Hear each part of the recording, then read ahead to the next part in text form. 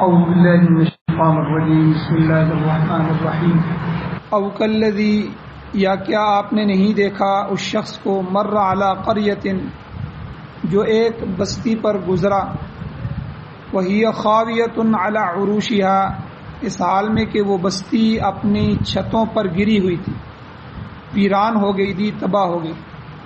تو قال اس شخص نے اس بستی کو دیکھ کر کہا انا یحیی کیسے زندہ کرے گا ہذہ اللہ اس بستی کو اللہ بعد موتها اس کی موت کے بعد، اس کی ویرانگی کے بعد۔ فاماتہ اللہ 100 عام پس اللہ تعالیٰ نے اس شخص کو موت دے دی 100 سال۔ ثم بعثہ پھر اللہ نے اس کو اٹھایا۔ قال پھر اللہ نے کہا کہ کم لبثت تو کتنی دیر ٹھہرا رہا یہاں؟ قال لبثت یوما او بعض یوم اس نے کہا کہ میں دن کا کچھ حصہ یا پورا دن یا دن کا کچھ حصہ میں یہاں ٹھہرا رہا۔ قال اللہ نے کہا کہ نہیں بلکہ بل لبثت 100 عام تو یہاں 100 سال ٹھہرا رہا۔ فانظر اب تو دیکھ الی طعامک و شرابک اپنے کھانے اور پینے کی طرف، لم یتسنہ کہ وہ بدبودار نہیں ہوئے، خراب نہیں ہوئے، متغیر نہیں ہوئے۔ اور وانظر الی حمارک اور اپنے گدھے کی طرف، سواری کی طرف دیکھو۔ وَلِنَجْعَلَكَ یہ سب ہم نے اس لیے کیا تاکہ ہم بنائیں آپ کو آیۃ للناس لوگوں کے لیے ایک نشانی۔ وانظر الی العظام اور آپ دیکھیں ہڈیوں کی طرف، کیف ننشزها کیسے ہم ان کو ابھارتے ہیں، ثم نکسوها لحما پھر ہم ان ہڈیوں پر گوشت پہناتے ہیں، گوشت چڑھاتے ہیں۔ فلما تبین له جب اس شخص پر بات واضح ہو گئی تو قال کہنے لگا اعلم اب میں خوب جان گیا ہوں کہ ان اللہ علی کل شیء قدیر بے شک اللہ تعالی ہر چیز پر قادر ہے، قدرت رکھنے والا۔ سورہ بقرہ کی آیت نمبر 259 کل بھی بیان ہوئی تھی۔ اس کے درس کا ایک حصہ کل بیان ہو چکا ہے، آج دوسرا حصہ بیان کروں گا۔ کل کے درس کا خلاصہ یہ ہے کہ وہ متعلقہ شخص کون تھا جس کے بارے میں یہ واقعہ بیان کیا گیا۔ اس میں جو تفسیری روایات آتی ہیں یا تاریخی روایات آتی ہیں ان سے معلوم ہوتا ہے مفسرین کے 2 اقوال ہیں کہ ایک قول تو یہ ہے کہ یہ شخص سرے سے مسلمان ہی نہیں تھا بلکہ کوئی کافر تھا اور حیات بعد الممات کا منکر تھا، موت کے بعد کی جو زندگی ہے اس کا انکار کرنے والا تھا، اس لیے اللہ تعالیٰ نے اسے اپنی آنکھوں سے دوبارہ جی اٹھنے کا مشاہدہ کروایا۔ دوسرا قول جو مشہور قول ہے مفسرین کا وہ یہ ہے کہ یہ صرف ایمان والا نہیں بلکہ کوئی اللہ کا نبی تھا۔ اب پھر دوسرا سوال پیدا ہوتا ہے کہ وہ نبی کون سا تھا؟ اس میں بھی مفسرین کے 2 قول ہیں۔ ایک قول یرمیاہ نبی کے بارے میں آتا ہے کہ وہ یرمیاہ نبی تھے اور ان کا ذکر تورات میں بھی آتا ہے۔ دوسرا مشہور قول یہ ہے کہ آپ عزیر علیہ السلام تھے، اور اسی عجیب و غریب واقعے کی وجہ سے بنی اسرائیل عزیر علیہ السلام کو خدا کا بیٹا کہتے تھے۔ تو دوسری بات کہ اس واقعے کا تاریخی پس منظر کیا ہے، اس کے پیچھے کیا ہے، کیا وجہ ہوئی کہ یہ واقعہ پیش آیا کہ بنی اسرائیل جب سرکش ہو گئے، برائیوں کے اندر مبتلا ہو گئے، اللہ اور اللہ کے دین کے باغی بن گئے، تو اس وقت بابل پر، عراق پر جو بخت نصر بادشاہ تھا، وہ ظالم اور جابر بادشاہ، اس کی حکومت، تو اس نے بنی اسرائیلیوں پر یہاں شام اور فلسطین پر حملہ کیا، ان کو تباہ و برباد کر دیا۔ اور جو بیت المقدس اور یروشلم ہے، جس طرح بیت المقدس اسی طرح سمجھ لیں جس طرح بیت اللہ ہے، اور بیت اللہ کے ارد گرد مکہ اور مدینہ کی آبادیاں، تو جس طرح کوئی بیت اللہ کو تباہ کر دے، اس کو جو ہے گرا دے اور مکہ کو گرا دے، تو اسی طرح یروشلم اور بیت المقدس کو گرانا ہے۔ اس نے یروشلم کو اور بیت المقدس کو بھی گرا دیا، اینٹ کی اینٹ بجا دی اس نے۔ تو کافر بادشاہ تھا، تو اس نے بے شمار بنی اسرائیلیوں کو قتل کیا اور لاتعداد لوگوں کو غلام اور لونڈیا بنایا اور اپنے ساتھ عراق لے گیا جہاں سے آیا تھا، بابل۔ تو اب یہاں تاریخی واقعات سے پتہ چلتا ہے کہ حضرت عزیر علیہ السلام بھی انہی لوگوں میں تھے جن کو وہ غلام بنا کے لے گیا۔ تو کچھ عرصے کے بعد جب وہ آزاد ہوئے اور اپنے وطن کی طرف واپس آ رہے تھے تو یہ واقعہ راستے میں پیش آیا. اب راستے میں کہاں پیش آیا، یہ وقوع کس مقام کا ہے، اس میں بھی اختلاف پایا جاتا ہے. بعض لوگوں کا خیال ہے کہ راستے میں کوئی بھی شہر تھا، کوئی بھی بستی تھی جس کو دیکھ کر حضرت عزیر علیہ السلام کے دل میں یہ خیال پیدا ہوا. لیکن مفسرین کا دوسرا گروہ کہتا ہے کہ یہ خود یروشلم تک پہنچ آئے تھے اور یہ وہی شہر تھا بیت المقدس والا. تو بہرحال کوئی بھی شہر ہو، اس کی مکانیں جو ہے وہ گر گئی اور اس کی چھتیں اور دیواریں زمین بوس ہو چکی تھیں. وہاں کوئی شخص زندہ سلامت موجود نہیں تھا. تو جو ہے انتہائی پر رونق شہر تھا پہلے کسی زمانے میں، لیکن اب کھنڈرات کے اندر تبدیل ہو گیا تھا. تو اب اگلا کہ اس واقعے کو پیش آنے میں جو ہے کس طرح یہ واقعہ پیش آیا. تو وہ کھنڈرات جب حضرت عزیر علیہ السلام عبور کر رہے تھے تو ان کے دل میں خیال پیدا ہوا کہ اتنا اجڑا ہوا شہر، ہر طرف جو ہے ویرانگی ہی ویرانگی ہے، بے آبادی ہی بے آبادی ہے، اور کھنڈرات ہی کھنڈرات ہیں، مکان اور چھتیں گری ہوئی ہیں، دیواریں گری ہوئی ہیں. کیا یہ شہر بھی کبھی آباد ہوگا؟ اور اسی سوچ و بچار میں وہ کھنڈرات میں اترے، وہاں جو ہے لیٹ گئے اور پھر سوئے. پھر اللہ نے 100 سال جو ہے سلائے رکھا، اور پھر جو ہے جب اٹھے تو اللہ نے پوچھا تو کہ آپ کتنی دیر جو ہے سوئے رہے. اور مفسرین کہتے ہیں کہ صبح کے وقت سوئے تھے تو چاشت کے وقت، اور جب اٹھے تو وقت تھا عصر کا، عصر کے بعد کا. تو انہوں نے یہی کہا کہ میں پورا دن سویا رہا ہوں یا دن کا کچھ حصہ سویا رہا. اللہ نے کہا کہ نہیں، تم 100 سال یہاں سوئے رہے. اب یہ 100 سال جو تھا اس میں بہت سے واقعات پیش آئے کہ کھانا ان کا بالکل تر و تازہ تھا، جو آدھا کھانا انہوں نے کھایا تھا آدھا رکھا تھا وہ اسی طرح تھا. اور البتہ گدھا ان کا مر گیا اور ہڈیاں بکھر گئی. اب عزیر علیہ السلام نیند کے جب سو رہے تھے تو بخت نصر جو تھا، جو بادشاہ اس وقت تھا، وہ مر گیا. اور ایران کے کسی بادشاہ خسرو نے فلسطین پر قبضہ کر لیا، فلسطینیوں کو، بنی اسرائیل کو آزاد کر دیا. اچھا جاؤ، تمہیں اجازت ہے، جا کر تم اپنے شہروں کو آباد کرو. تو 30 سال کے اندر انہوں نے اس پورے شہر کو پھر آباد کیا. اب جب عزیر علیہ السلام جاگے تو انہوں نے دیکھا کہ یہاں تو کھنڈرات نہیں ہے، یہ تو ہنستا بستا شہر ہے اور وہی جگہ ہے. تو اس طرح پورے 30 سال کے عرصے میں انہوں نے شہر کو دوبارہ زندہ کر دیا، آباد کر دیا.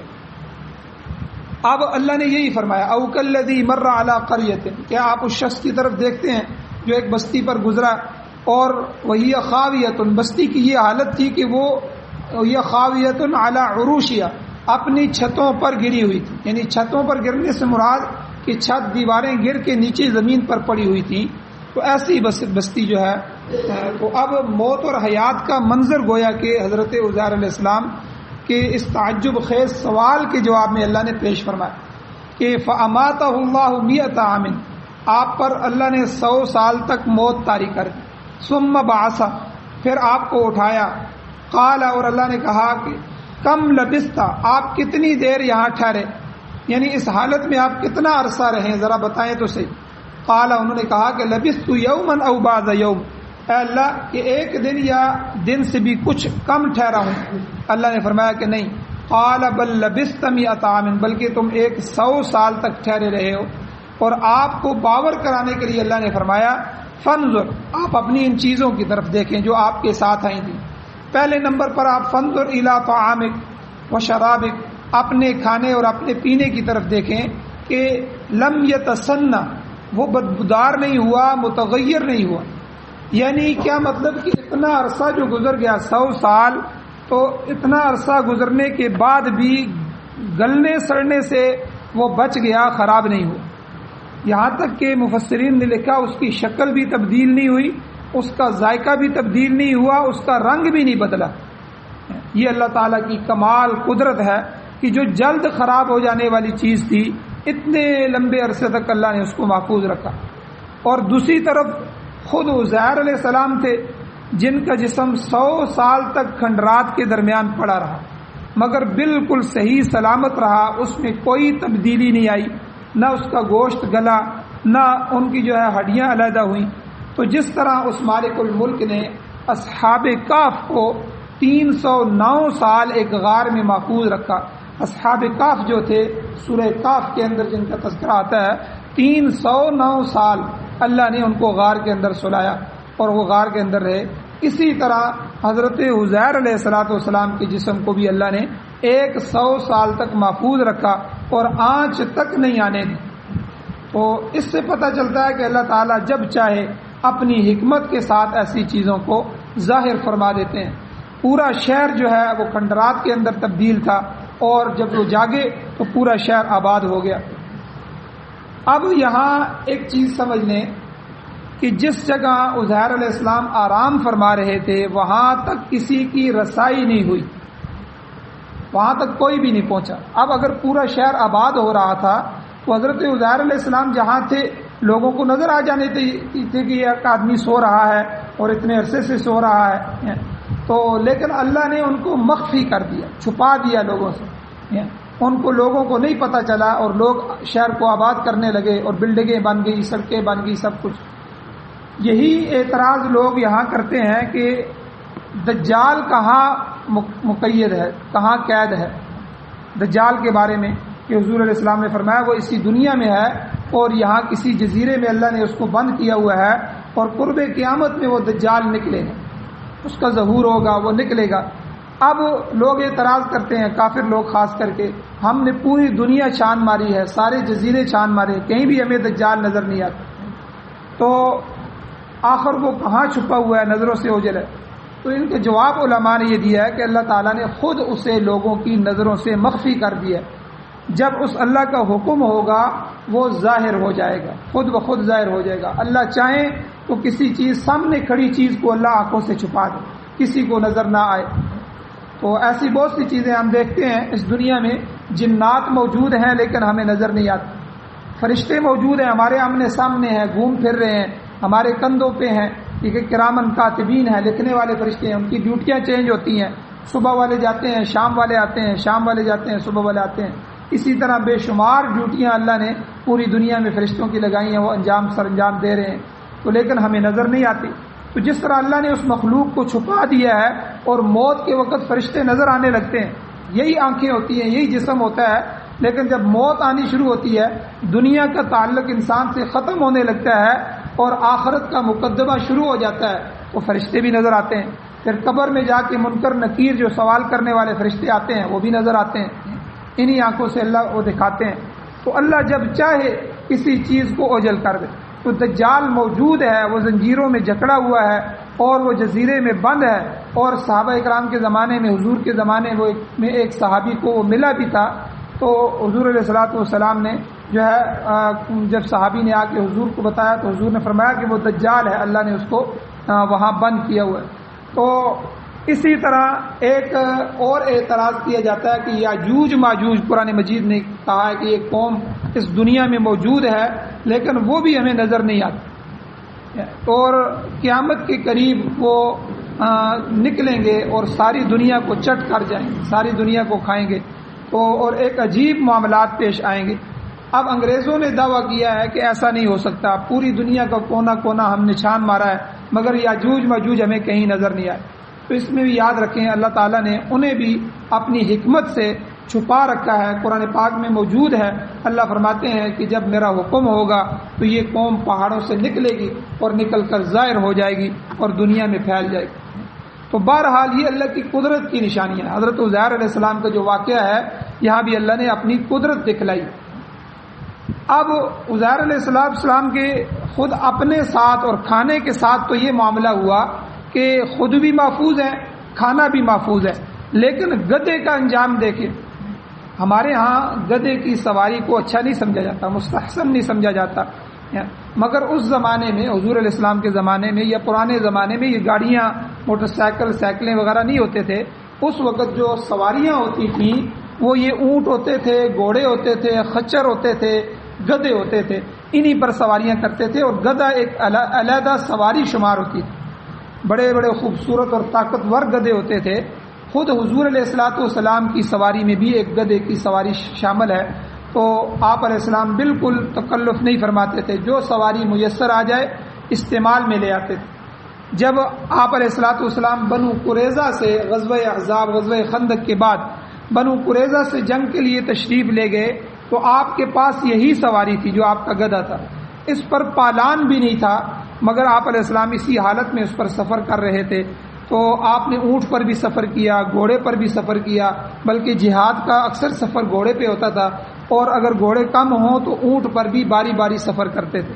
تو اگر حضور کو کوئی سواری نہ ملتی تو حضور پیدل بھی چل جاتے تھے. حضرت جابر رضی اللہ تعالیٰ عنہ بیمار ہو گئے اور آپ کا گھر مدینے سے 3 میل کے فاصلے پر, تو یہ سمجھ لیں 3.5-4 کلومیٹر کے فاصلے پر تھا. تو حضور علیہ الصلوۃ والسلام بیمار کرسی کے لیے جانا چاہتے تھے تو کوئی سواری نہیں ملی, موقع پہ سواری نہیں تھے تو حضور پیدل ہی چل گئے. حدیث میں آتا ہے کہ حضرت جابر بیان کرتے ہیں کہ حضور علیہ السلام جب تشریف لائے تو آپ علیہ السلام پر گرد و غبار پڑا ہوا تھا, سفر کے آثار تھے. تو بہرحال گدھے کی سواری کو معیوب نہیں سمجھا جاتا تھا. حضور علیہ الصلوۃ والسلام کو جو گدھا تھا, حضور کی تلواروں کے نام, حضور کے تیروں کے نام, حضور کی بکریوں کے نام, حضور کے جو گھوڑے تھے ان کا نام, یہ تاریخ کے اندر موجود ہے, حدیث کے اندر موجود ہے. تو حضور کے اس گدھے کا نام یعفور تھا, یعفور. اور یہ جو عجیب گدھا ہے وہ بعض جو ہے اسرائیلی روایات میں یا تاریخی روایات میں آتا ہے کہ یہ گدھا اسی گدھے کی نسل سے تھا جو حضرت عزیر علیہ السلام کا گدھا تھا, کیونکہ وہ بھی پیغمبر کا گدھا تھا اور اسی نسل سے. اس یعفور کو حضور سے بڑی محبت تھی. یاد رکھیں, جانور تک حضور سے بڑی محبت کرتے تھے اور نباتات اور جو ہے جمادات تک حضور سے بڑی محبت فرماتے تھے. ان کی بے شمار معجزات, حضور کے بے شمار واقعات موجود ہیں, ابھی وقت نہیں ہے.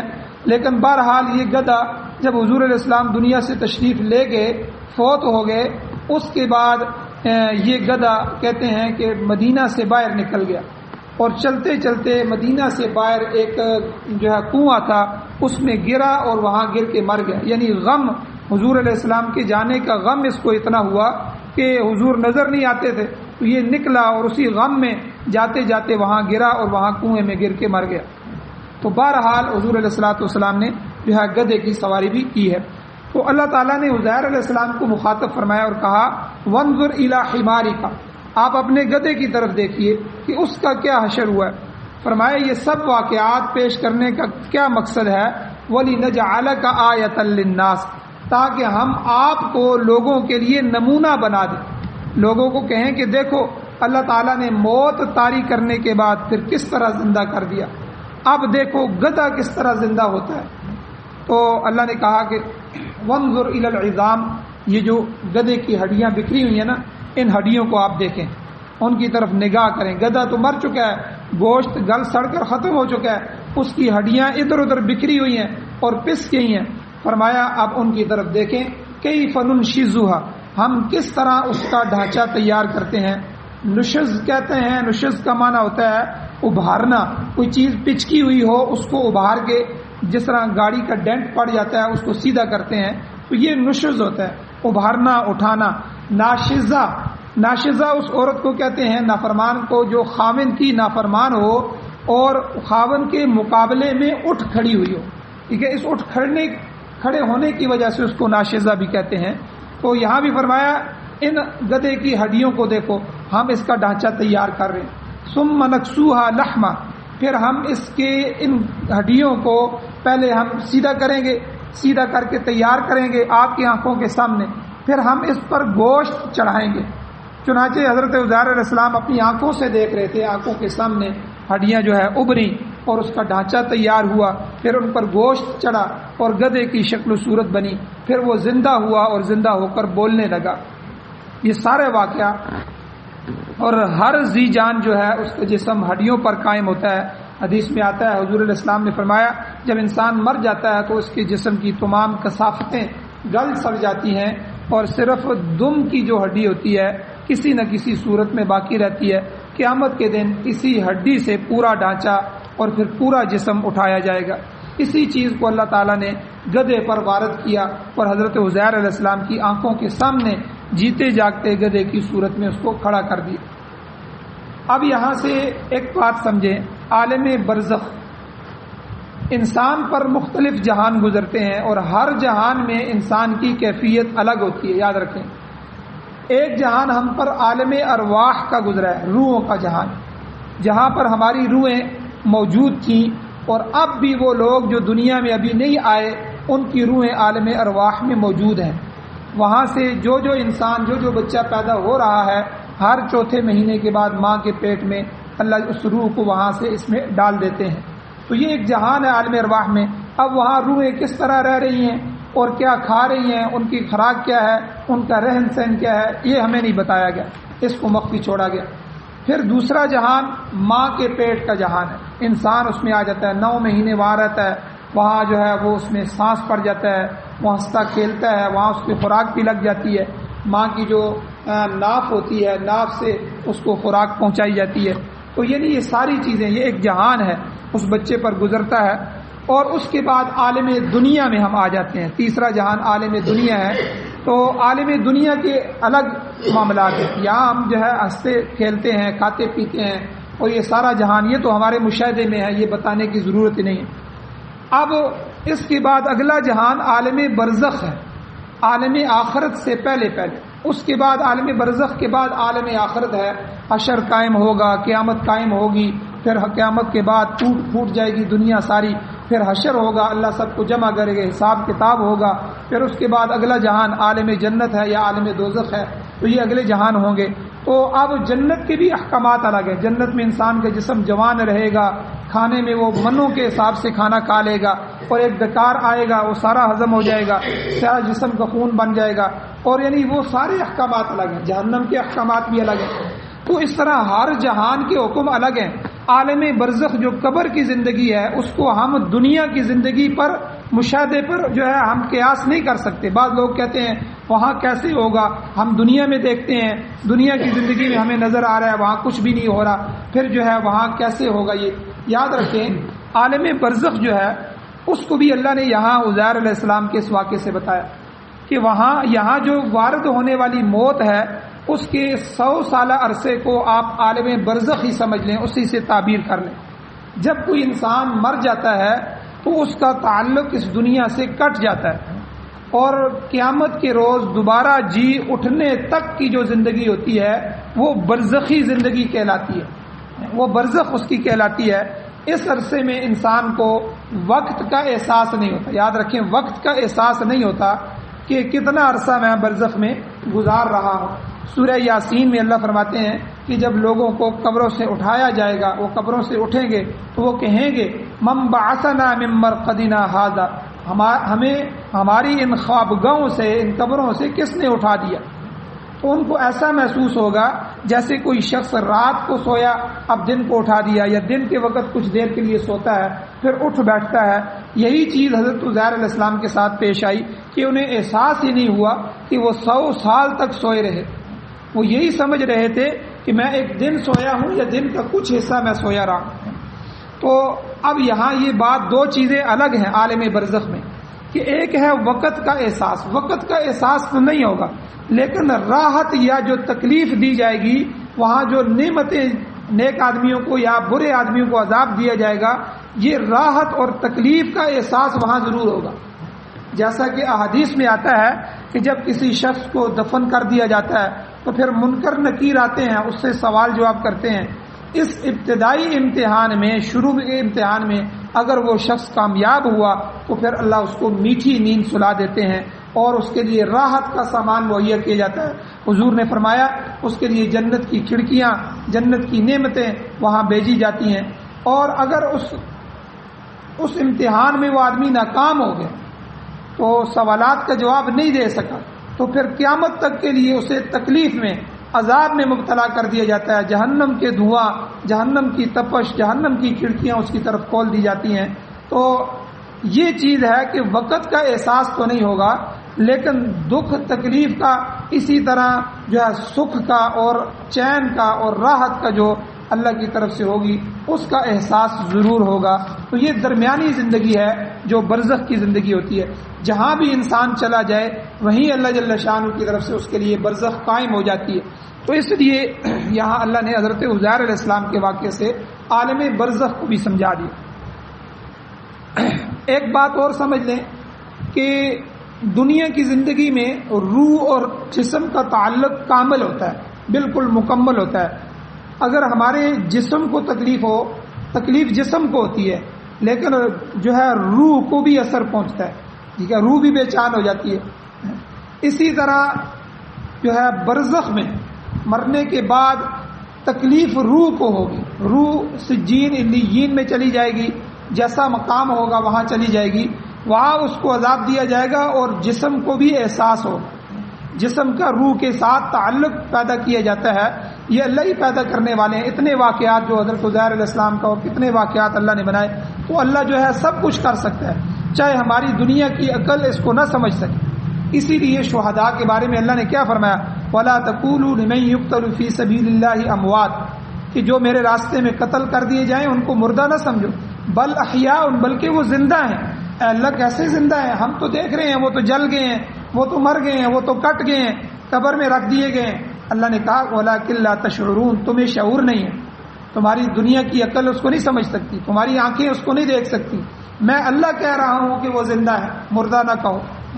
تو اس لیے ہمارے ہاں جو ہے یہ بات سمجھ لیں کہ جو برزخ کی زندگی ہے، برزخ میں دنیا میں جسم کو زخم لگتا ہے، روح کو احساس ہوتا ہے، قبر میں جو ہے روح کو تکلیف ہوتی ہے، جسم جو ہے اس کے ساتھ جو ہے اس کو بھی احساس ہوتا ہے، اور آخرت میں دونوں چیزیں دوبارہ جمع ہو جائیں گی، کامل زندگی ہوگی، روح اور جسم جو ہے دونوں ہوں گے۔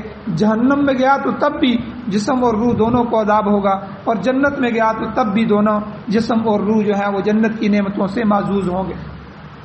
تو اس لیے یہ عالم برزخ کی جو زندگی ہے، اس کو دنیا میں سمجھانے کے لیے اللہ نے ایک چیز رکھی ہے، وہ کیا ہے؟ وہ خواب ہے۔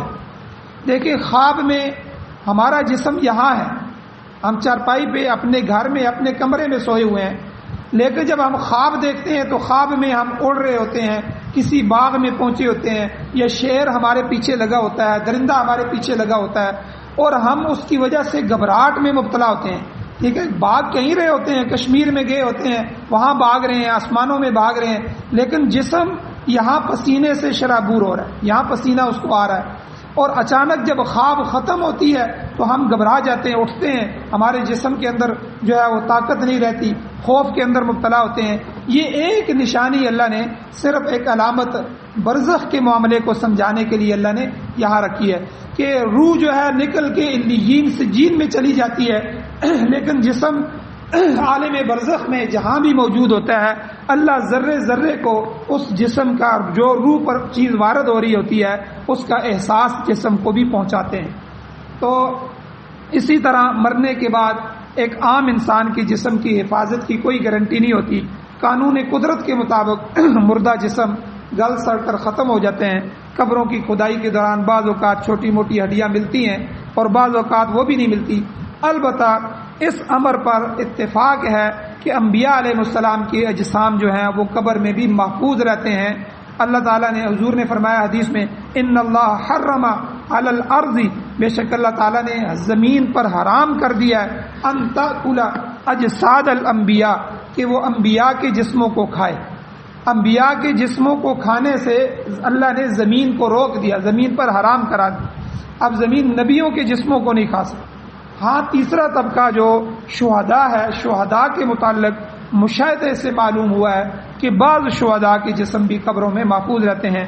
بخاری شریف میں روایت موجود ہے کہ بعض شہداء کو شہید ہوئے 45 سال گزر چکے تھے، یعنی بخاری کی روایت ہے کہ 45 سال کے بعد بارش ہوئی اور سیلاب آیا، جس کی وجہ سے ان کی قبروں میں شگاف پڑ گئے، قبریں کھل گئیں، تو لوگوں نے خود دیکھا کہ ان کے جسم ویسے ہی محفوظ تھے جیسے وہ دفن کیے گئے تھے۔ اور کئی واقعات پیش آتے رہتے ہیں۔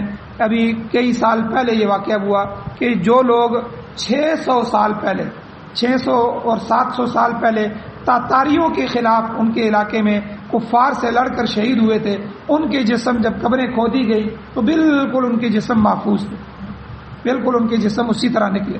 تو یہ اللہ جل شانہ کا ایک نظام ہے۔ عالم برزخ کا تعلق جتنا ہمیں بتا دیا گیا اس پر ایمان رکھنا، ایمان لانا، یقین رکھنا ضروری ہے۔ اب آگے یہی یقین حضرت عزیر علیہ السلام کو آ گیا۔ فلما تبین لہ، جب یہ ساری چیزیں حضرت عزیر علیہ السلام پر واضح ہو گئیں، ان کے سوال کا جواب ان کو مل گیا، تو انہوں نے حیرانگی کے انداز میں سوال کیا تھا کہ اللہ تعالیٰ اس اجڑی ہوئی بستی کو کیسے دوبارہ زندہ کرے گا؟ تو اللہ تعالیٰ نے انہیں ان کی آنکھوں سے دکھا دیا کہ اس اللہ نے نہ صرف پورے شہر کو آباد کر دیا بلکہ خود ان کو اور ان کے گدھے کو بھی 100 سال کے بعد پھر زندہ کر دیا۔ تو پھر عزیر علیہ السلام نے کہا قال اعلم ان اللہ علی کل شیء قدیر، ہاں اب میں جان گیا ہوں، مجھے علم حاصل ہو گیا ہے کہ اللہ تعالیٰ ہر چیز پر قادر ہے، وہ چاہے جو چاہے کر سکتا ہے، آباد چیز کو برباد کر دے، اجڑے ہوئے دیار کو پھر جو ہے آباد کر سکتا ہے، زندہ کو مردہ اور مردے کو زندہ کرنے پر اللہ قادر ہے۔ یاد رکھیں کسی چیز پر جب ہم یقین کرتے ہیں، اس کو تسلیم کر لیتے ہیں، اس یقین کرنے اور تسلیم کرنے کے 3 درجے ہیں جو قرآن مجید نے بیان فرمائے ہیں۔ سب سے پہلا درجہ، اگر کسی چیز کا علم ہمیں کسی دوسرے شخص کی وجہ سے ہو، اس کی معرفت سے ہمیں پتہ چلے، تو اسے علم الیقین کہتے ہیں، یعنی ایسا پختہ یقین جو میں نے تو نہیں دیکھا لیکن ایک با اعتماد آدمی نے مجھے بتایا۔ جیسے ابھی ہم تو امریکہ نہیں گئے، جاپان نہیں گئے، لیکن ہمیں با اعتماد خبر پتہ چلی ہے کہ امریکہ اور جاپان یہاں اس دنیا کے ملک ہیں اور وہاں لوگ آباد رہے ہیں، ان کی یہ ٹیکنالوجی ہے اور وہ یہ ہے وہ ہے، ٹھیک ہے۔ تو یہ علم الیقین ہے، جب کسی دوسرے سکہ اور مضبوط آدمی سے کسی خبر کا علم ہو اور بندہ اس پر یقین کر لے تو یہ علم الیقین کا درجہ ہے، کیونکہ ایسی چیز کا ادراک علم کے ذریعے ہوتا ہے۔ یہ پہلا درجہ۔ دوسرا درجہ یہ ہے کہ اگر کوئی شخص خود اپنی آنکھوں سے کسی واقعے کو دیکھ لے، خود مشاہدہ کرے، وہ واقعہ اپنی آنکھوں سے دیکھے، تو اسے عین الیقین کہتے ہیں۔ وہ علم الیقین ہے، یہ عین الیقین ہے۔ اور یقین کا تیسرا درجہ حق الیقین ہے۔ یہ اس صورت میں ہوتا ہے کہ جب کوئی واقعہ خود اپنے ساتھ پیش آئے، اپنے ساتھ پیش آئے تو یہ حق الیقین ہے۔ اس کے یقین ہونے کا انسان کو بالکل حق اور پک ہوتا ہے۔ ظاہر ہے کہ جو چیز اپنے اوپر وارد ہوگی اور اس کی کیفیت خود اپنے اوپر طاری ہو جائے گی، اس سے تو انکار کی گنجائش نہیں رہتی۔ تو یہ کسی چیز کی تسلیم کرنے کا آخری درجہ یعنی حق الیقین ہوتا ہے۔ یہاں عزیر علیہ السلام کو اللہ نے علم الیقین نہیں کروایا کہ وہی بھی اللہ بھیج سکتے تھے، فرشتے کے ذریعے بھی بتا سکتے تھے کہ ہم ان بستیوں کو آباد کر سکتے ہیں، ان کو یقین آ جاتا تو، لیکن وہ علم الیقین ہوتا اور عین الیقین بھی نہیں تھا۔